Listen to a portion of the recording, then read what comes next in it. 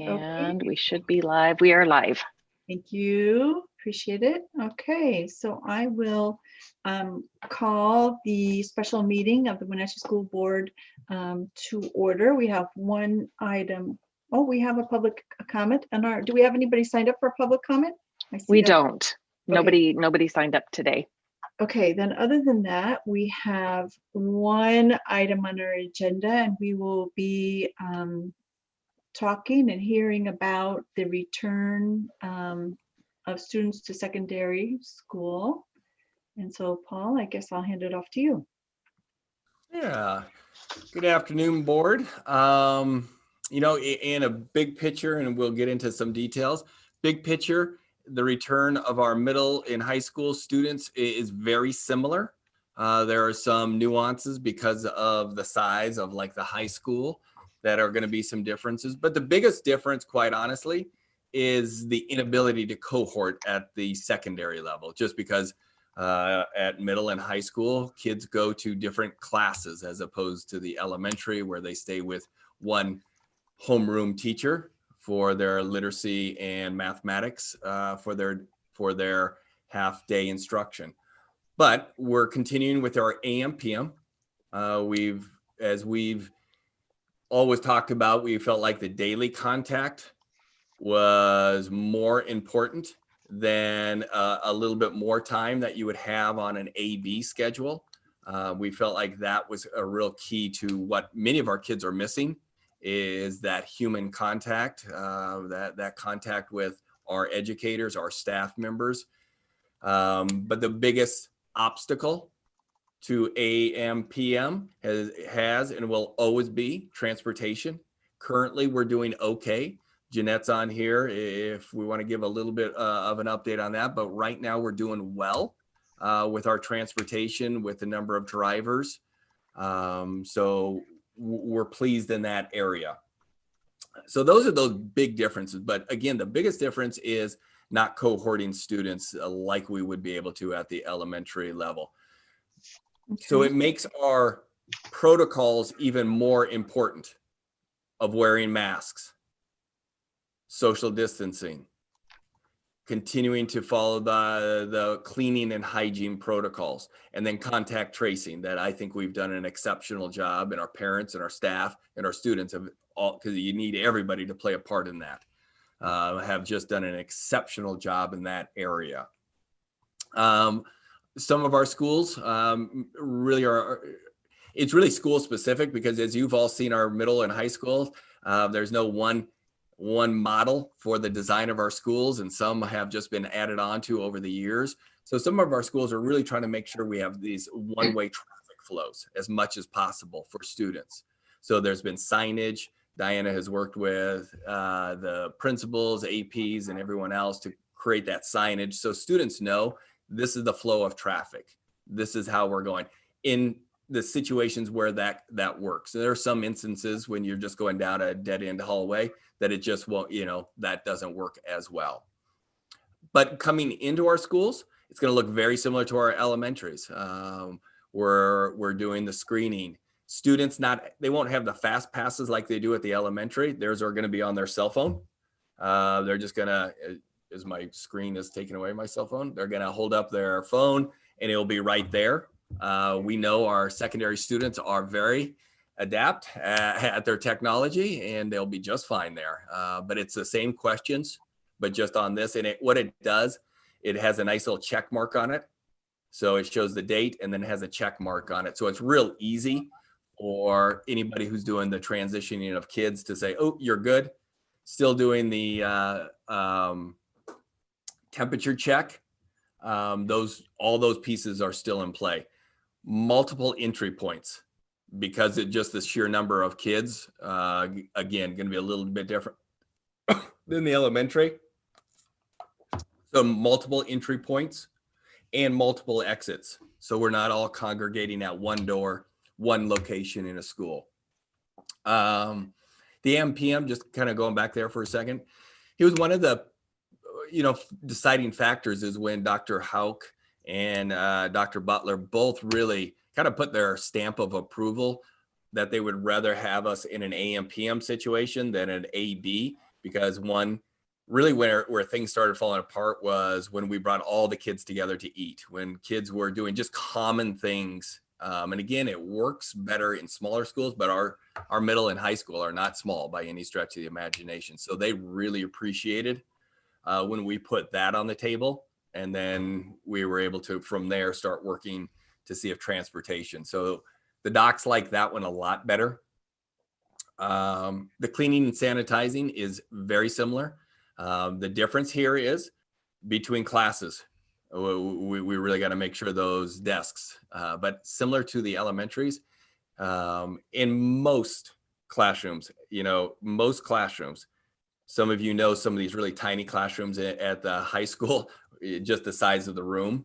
But in most places, every kid has their own desk in that period of time. So we're cleaning that desk. Another class comes in, they have a different desk. So we have a quick transition, but they're cleaning the desk. They're either using the Virex or a hydrogen-based product that we'll be using. I'm just looking at my list. With the transition with the transportation and cohorting, there are many people put in, hey, I want AM or I want PM. Many have worked themselves out, but there are going to be some requests that have to be denied. That's just the reality of it. We can't meet everybody's request. Either we've filled that class because we can only have so many into that afternoon, or the transportation, it just won't work. We don't have enough seats.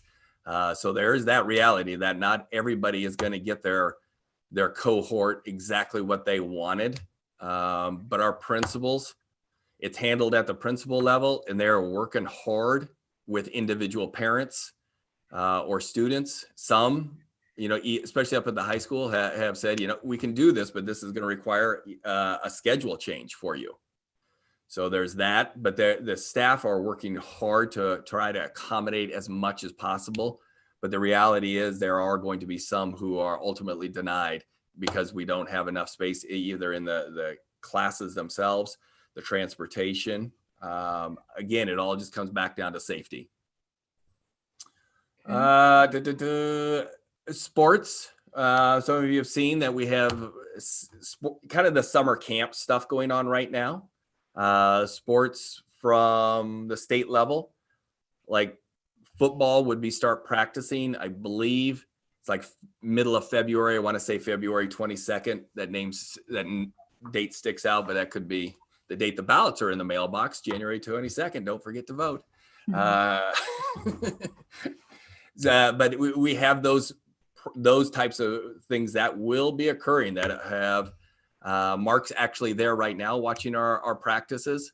We've been crystal clear with our coaches. Jim has done a fantastic job of conveying we are following all of these protocols. My wife and I were walking on, I want to say Saturday, the women's soccer teams out there, and they're all masked up outdoors. They're running. They've got the ball, all of them on the ball on their feet.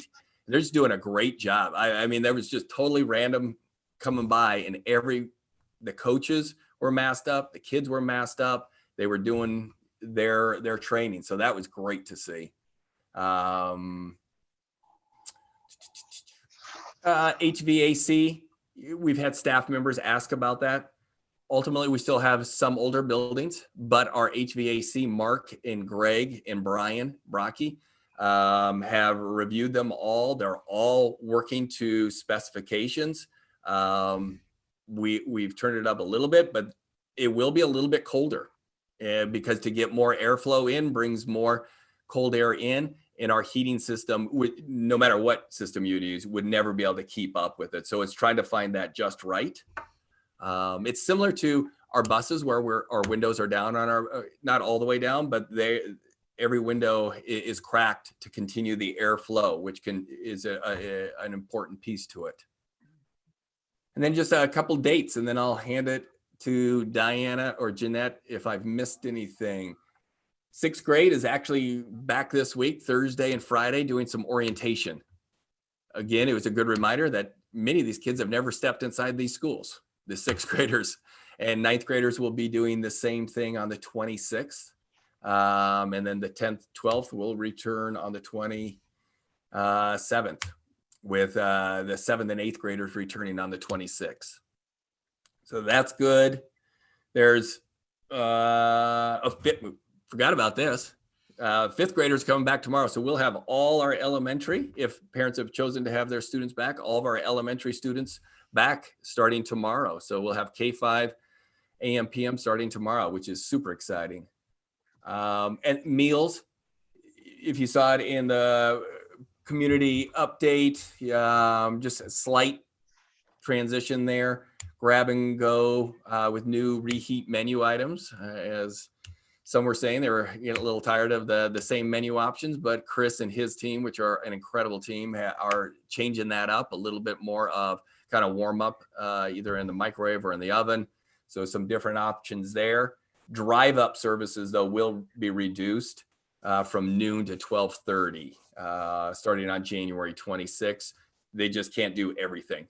They can't have, because they're handing out food to kids in the morning as they leave, and then in the afternoon leave, and then the drive up service. So needed to really reduce that amount of time for drive up services. But Chris and Diana have been working on communication on that. And then just a reminder that children continue to be free from 0 to 18 for those meals. So Diana, Jeanette, anything I missed or messed up, which is generally probably the case? No, I think you covered it pretty well, Paul. I don't have anything more to add. All right, Jeanette. Me neither. All right. Hand it to the board. Sorry, that was just a whew. Yeah, That was a laundry list. that's good. I know I have a couple questions. Maybe other board members do as well. Oh, I had a quick question. You mentioned the tiny classrooms, which we know the high school has a few of those. So just since you mentioned tiny classroom, so will classes be divided then so that kids have that social distancing space? Could you explain a little bit about how that's being managed? Yeah.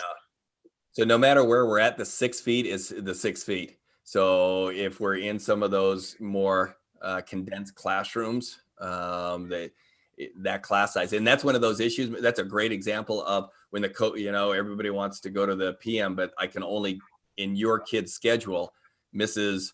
whomever is teaching in that small classroom. So I can only put so many kids that will fit in that classroom.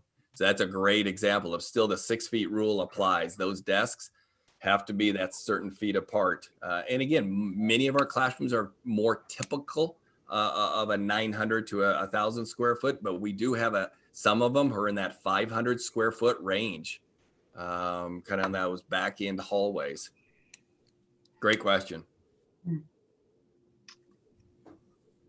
Thanks. That was just my main question Yeah. after you'd flipped through it. Thanks. Yeah.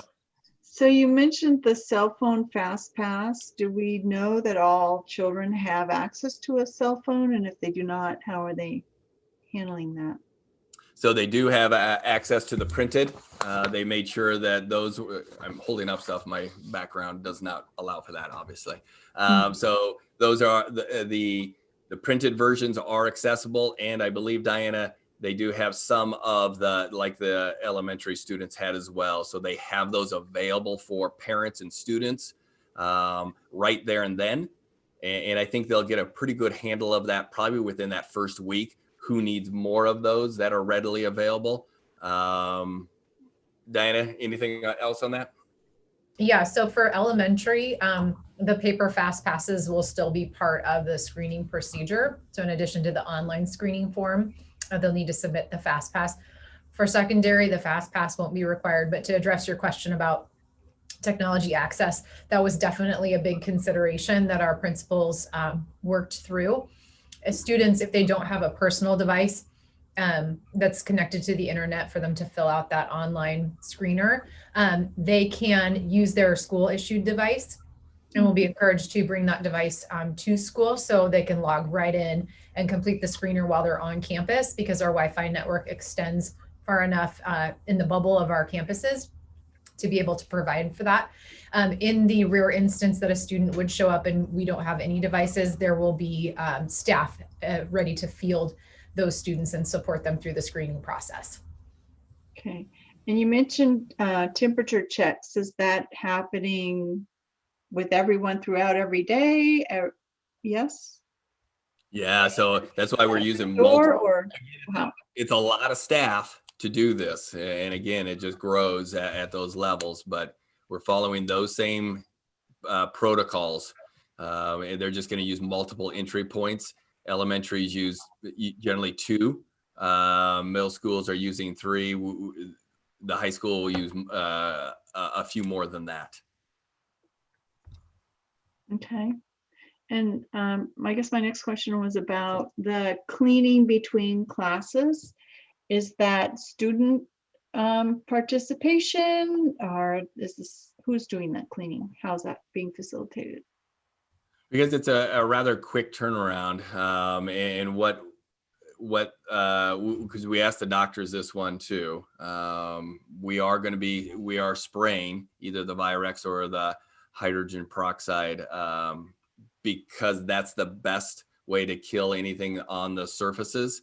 And it just needs a little bit of time to dry on there, as opposed to having a bucket of water, soap water, kids washing it down, and then another crew coming in. It just doesn't work as well in this environment as it does at the elementary at the end of an AM or a PM route. So we are spraying it, but it is an adult.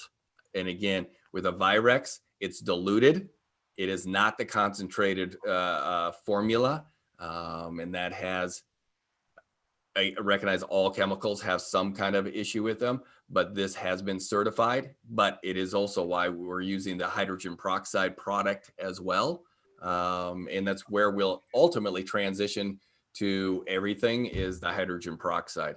But again, the AM PM elementary group, it's after an AM session, and you've got a while before the next group comes in the PM at night. So it's just a little bit different because there's those 4 classes that they have to transition through.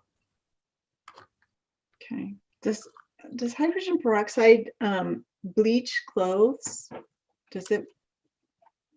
Outside of my realm of knowledge, which quite honestly is on most instances anymore. Okay, well, we hope not. But I know it's one of the safest products, and where probably one of the more greener products that we can be using. Well, on hydrogen peroxide, the last time we talked about it several months ago, it came in with a link of using it on the buses. And when we asked about that, I'm not up to date. The feedback we got was that it is not approved for juveniles, for youth. So the product we're using, it absolutely is. So we worked with the ESD on their safety expert, Paul. Susan oversees it, but Paul, who works with our district, has been fielding these questions for a while. One from kind of just a green standpoint. That's where a lot of this started coming from. So they've done a number of, they've spent serious time understanding these 2 products, and they are recommending that the hydrogen product along with the Virex product are the 2 best for, one, the most important, killing the virus. That has to be number 1. And then the health and safety of staff, students, and community members. Okay.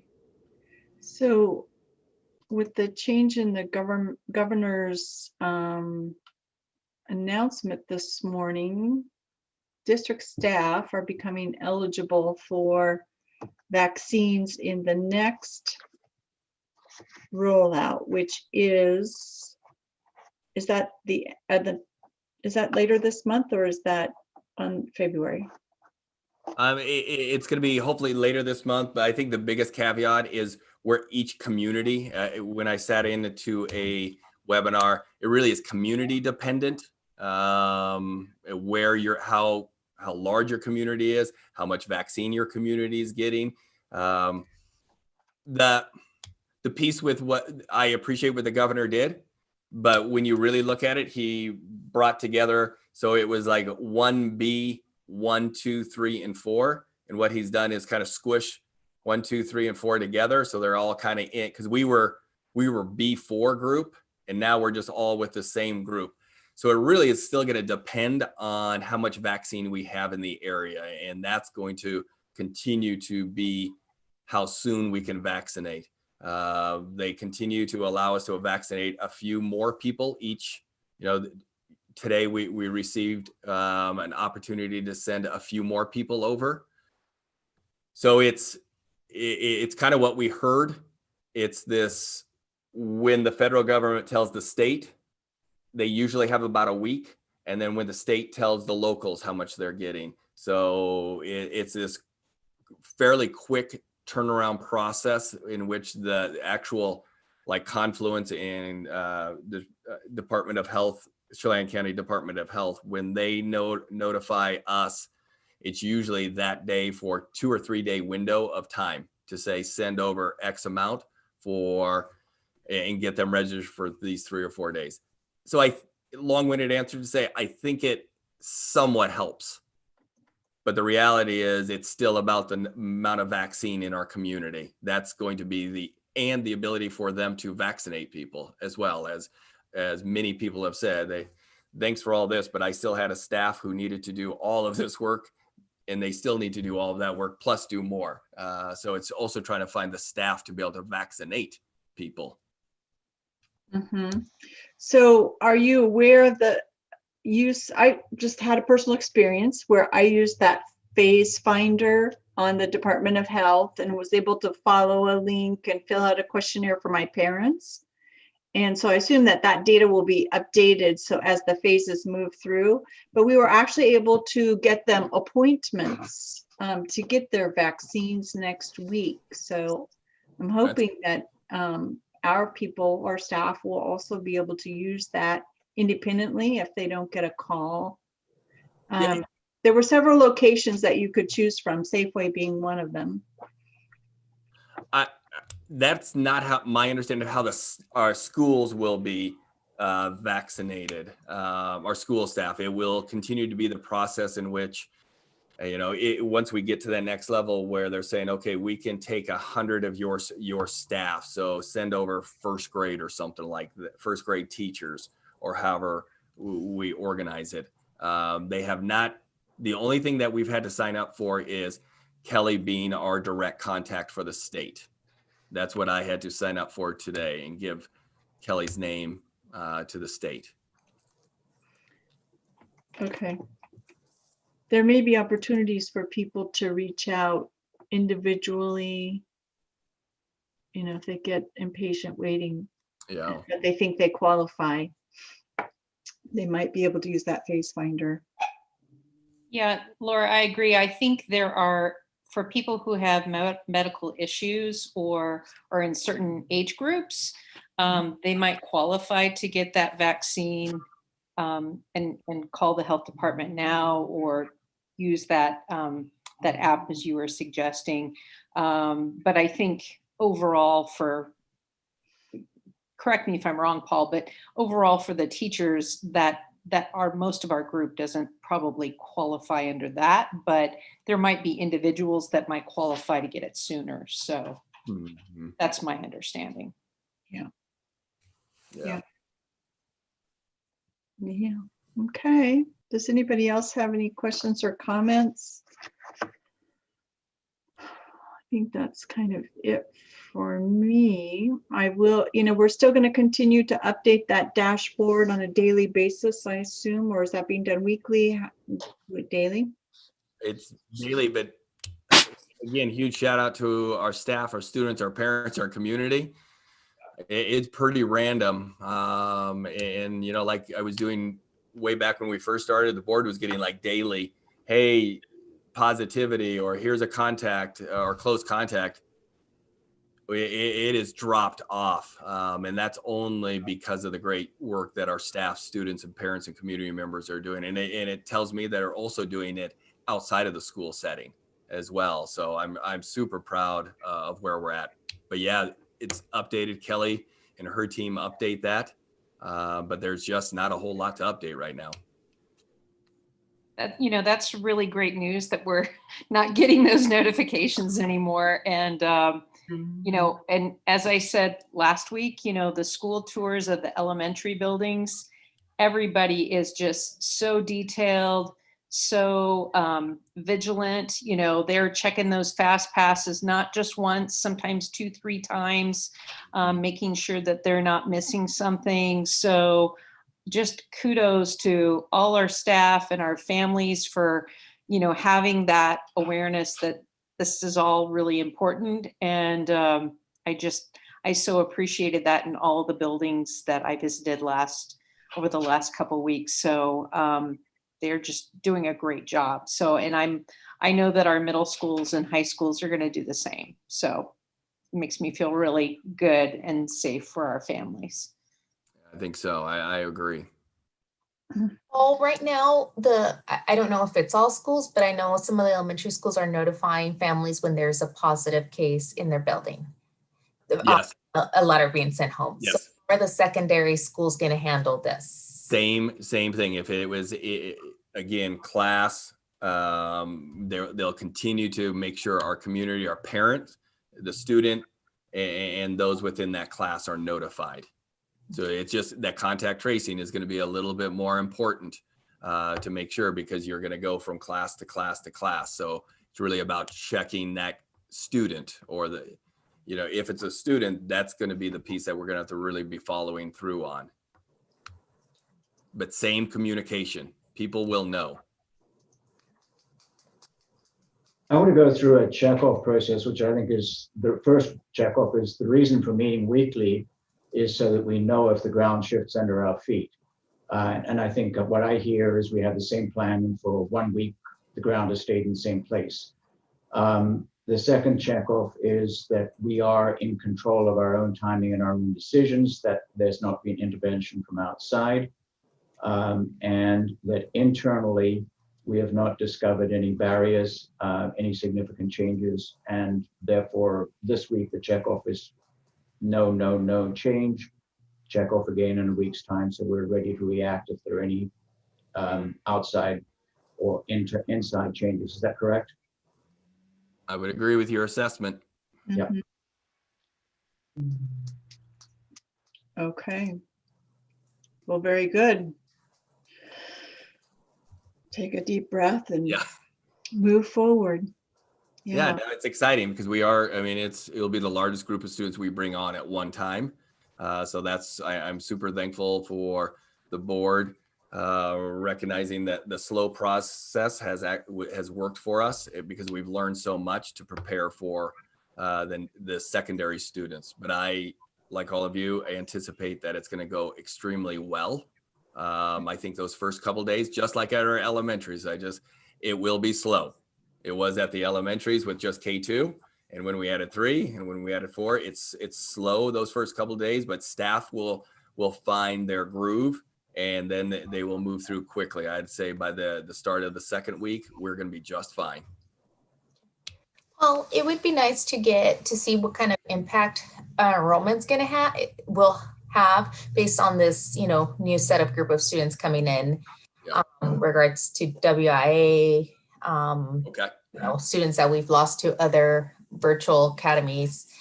And then also for the elementary level, what was our loss in the last, because I know firsthand of families that left, like they normally do in the winter. Mm-hmm. Well, it's remote learning. So you know what, we're just going to stay, we're in Mexico or wherever they traveled. So I'm kind of guessing we took a hit from that as well. So it'd be nice to just see where we were and where we're at. Absolutely. Jeanette and I will work on that and make sure that the board's aware of where we're at, kind of enrollment across the board for each of the schools, because WI has grown a little bit more. And Mike, Jeanette, Jennifer, and countless others, Stacy, have really worked to shore that up. But there has been some additions there, but there's also been subtractions as well. So we'll make sure the board's updated on that. Okay, one more thing. So with the whole new with the new I want to call it CARES money, but it was the relief package. Do we know in regards to what the district is looking at regards to financial support? Jeanette and I were talking about this last week. We believe, because it has to go through the legislators, that I think some of it is going to be caught up in the state, because there are some significant dollars that the state is probably looking to recoup. So we don't have a real understanding of what that's going to look like for us yet. But once we do, Jeanette and I will make sure we update the board. Jeanette, unless something's changed, am I accurate in that? That is accurate. We still do not have any information.